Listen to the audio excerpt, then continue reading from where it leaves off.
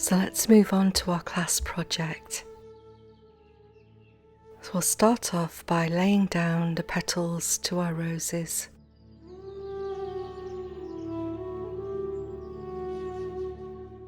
Quite watery, because we want to create some flows and to pull the petals out with clear water.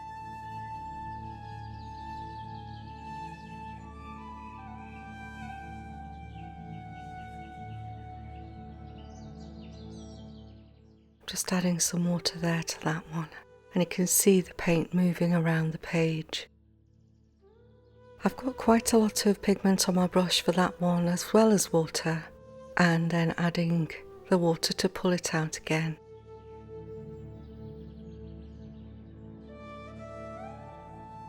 And you can see that we're placing our roses, leaving some space in between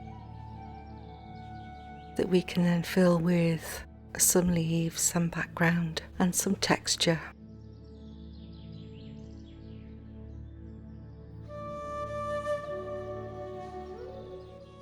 And creating a big flow there between the two top flowers by adding water between them. And let's add touches of our moss green brusho. That tends to push pigment away and kind of creates this dry area in the middle, which is wonderful for creating Rosa rugosa.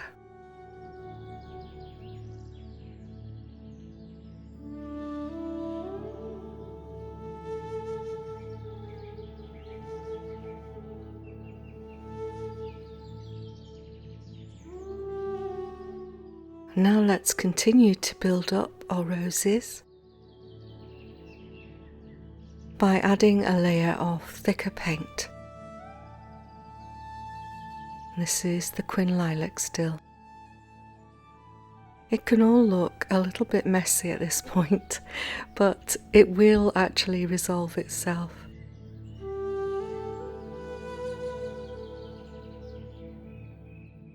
Here we're dropping in the watered down bleach, and you can see what an immediate effect that has on the centre of our roses.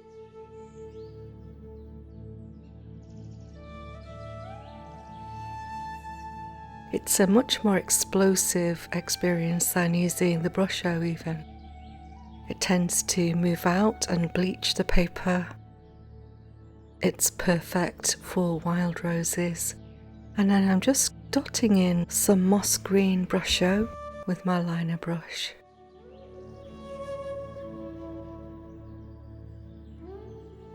What we want is that 50-50 mix of brusho with water. We don't want to water it down too much because we want that kind of grainy effect. Adding a little bit of water to the middle of that rose, and then adding the moss green brusho. Now let's do that technique where we start to pull up the paint using our liner brush on its side. This creates beautiful texture.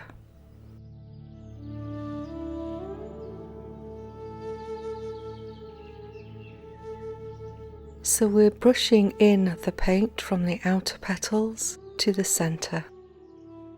And already we can see lots of texture forming.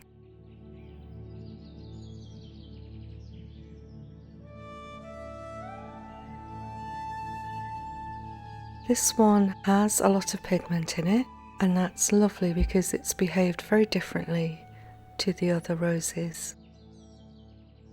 Now let's add our green gold.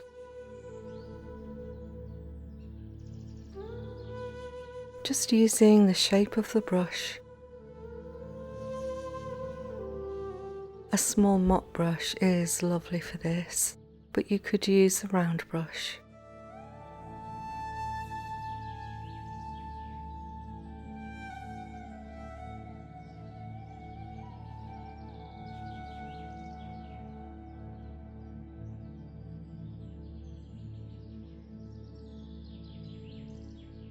Green gold has a lot of yellow in it, and that gives us a very big contrast really between this bright yellow green and the soft roses. I do like to use it in paintings because it always looks very backlit, and that's what I really wanted from this project, was to use a really bright colour for the background, which sounds counterintuitive, but actually I think it's really joyful because it really looks like the sun is shining through the roses from behind.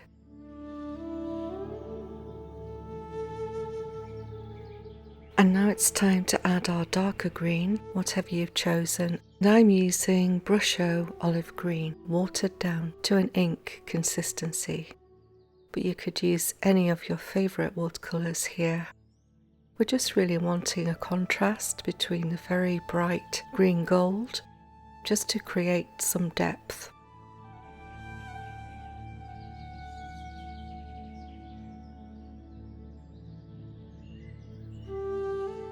And everything is still watery enough for it to be moving together.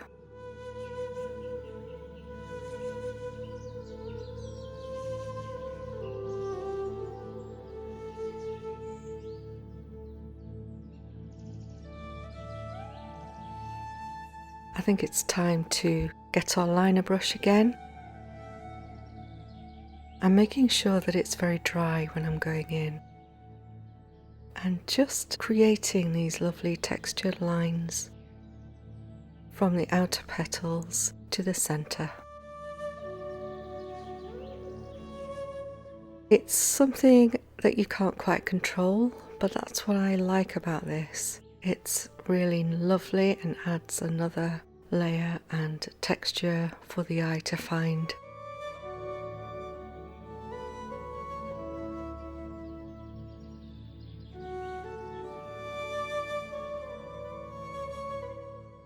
Adding a little bit more Brusho moss green into the centre there,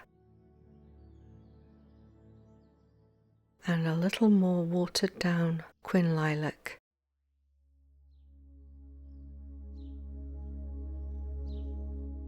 We're still very much at the experimental phase here, so try to remain nice and loose.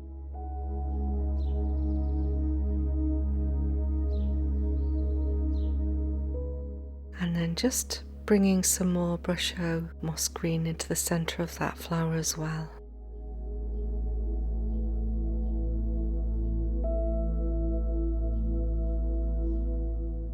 Bit more up here.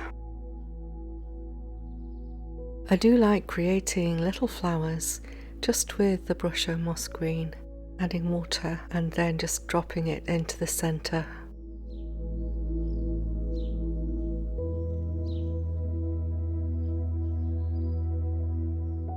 So moving round to our other page, and look how, although we're moving on to different areas, the watercolour is still moving.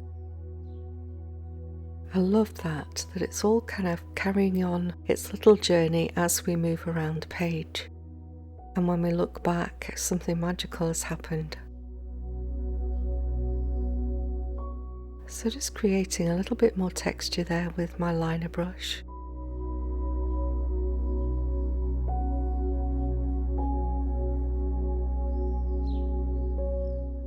A little bit more moss green in the centre. And then this is an alternative that we can do, which is to use the liner brush for its purpose and paint some lines. I'm drying my brush off there, and I'm going to add quite a thick layer now on top. So this rose has 3 layers. This is very pigmented. It's probably 80% pigment, 20 water. Let's not be afraid to just lay some fairly thick watercolour down now.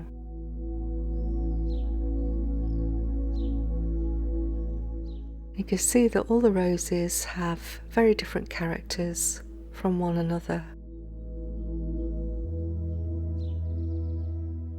Let's bring in our blotting now, and this is just the kitchen roll. And I just want it on certain areas. It doesn't have to be on every rose or on every petal.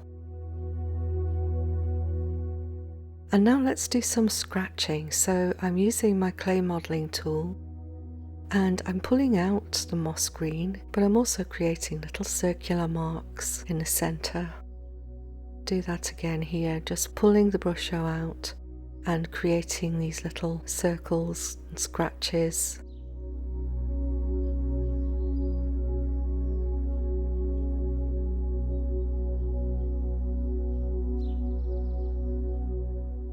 A little bit more blotting. Isn't that a gorgeous texture? I really love it. And now let's turn our attention to the leaves. Some of these have dried already, but that's okay because we can still pull through the little pools of paint.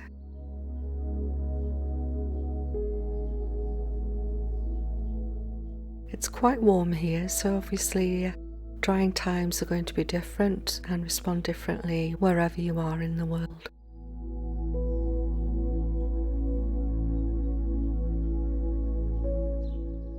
And I just created a little leaf shape there in the bottom left.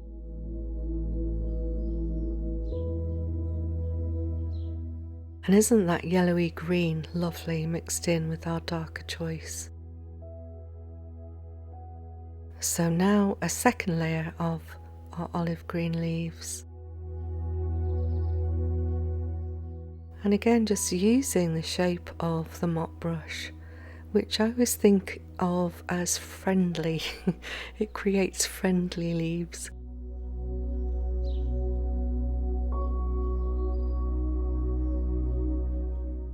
And what we want there with the leaves is not to go over exactly where the leaves are underneath, but to go slightly off kilter, so we're keeping it fairly free.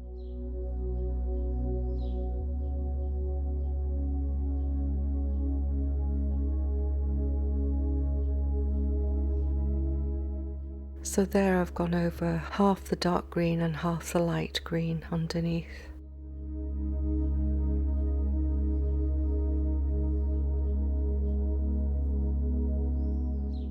Starting to get real character now. And at this point we can start to seize up just a little bit because we get a little afraid that we're going to do something wrong. I would just advise you to stay very loose with it. This is a sketchbook, and sometimes it can take 2 or 3 attempts to get to where you want. So really adding some more pigment now, and you can see that the earlier roses have fallen into the background and creating real depth for us. So some more slightly watered down moss green in the centre.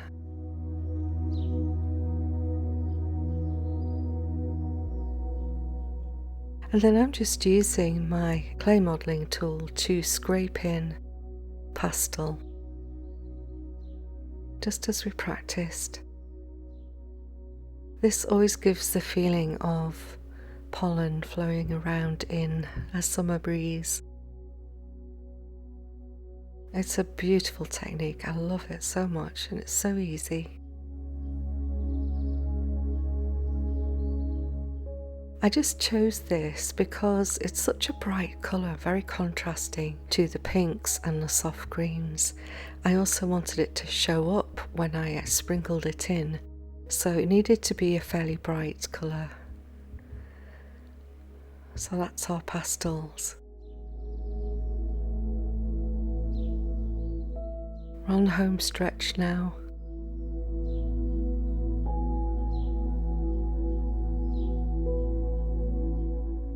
Just going to add some more dark leaves up here. It's got to the point now on my painting at least where there's still a little bit of flow, but it's mostly kind of dried and I can start to put more defined leaves down. This corner down here looked a little bit bare, so I put some water in and then I added some of the brusho.